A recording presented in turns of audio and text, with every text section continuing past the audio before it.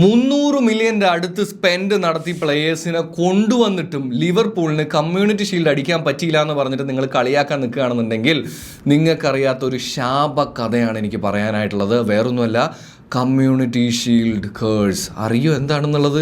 അപ്പോൾ നമ്മുടെ കണ്ടൻസും കാര്യങ്ങളൊക്കെ ഇഷ്ടമാണെന്നുണ്ടെങ്കിൽ ഒന്ന് കൂടുക. ആൻഡ് ഇതിൻ്റെ ഡീറ്റെയിൽഡ് വീഡിയോ നമ്മുടെ യൂട്യൂബ് ചാനലിലുണ്ട് എന്നുള്ളതാണ് കേട്ടോ, കയറി കാണുക. അപ്പം ഈ കാര്യത്തിലേക്ക് കിടക്കുകയാണെന്നുണ്ടെങ്കിൽ 1992 ശേഷമുള്ള ലിവർപൂളിൻ്റെ കഥ എടുത്തു കഴിഞ്ഞ് കഴിഞ്ഞാൽ ഈ കമ്മ്യൂണിറ്റി ഷീൽഡ് അടിക്കുകയാണെന്നുണ്ടെങ്കിൽ എന്തടിക്കാൻ പറ്റില്ല?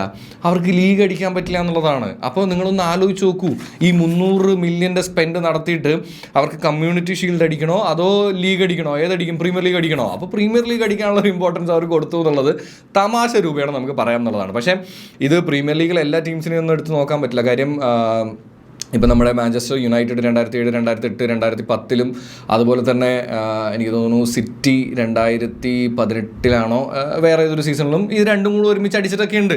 അതുകൊണ്ട് ഈ മിത്ത് ശരിയായ മിത്താണോ ഇല്ലയോ അല്ലെങ്കിൽ തെറ്റാണോ എന്നൊക്കെ ചോദിച്ചു കഴിഞ്ഞാൽ ഇതൊരു മിത്ത് പോലെ ഇങ്ങനെ ഒരു സംഭവം ആക്ച്വലി പ്രീമിയർ ലീഗ് റിലേറ്റഡ് ആയിട്ടുള്ള ഫാൻസിൻ്റെ ഇടയിലും അവിടെയും ഒരു ചർച്ചയായി പോകുന്നൊരു സാധനം ഇൻട്രസ്റ്റിംഗ് ആണെന്ന് തോന്നിയത് കൊണ്ടാണ് നിങ്ങളിലേക്ക് എത്തിച്ചത്. അപ്പോൾ എന്തായാലും നിങ്ങളുടെ അഭിപ്രായവും ഈ മിത്തിനെക്കുറിച്ചും ഇന്നലത്തെ മത്സരത്തെക്കുറിച്ചും താഴെ കമൻറ്റ് കറോ.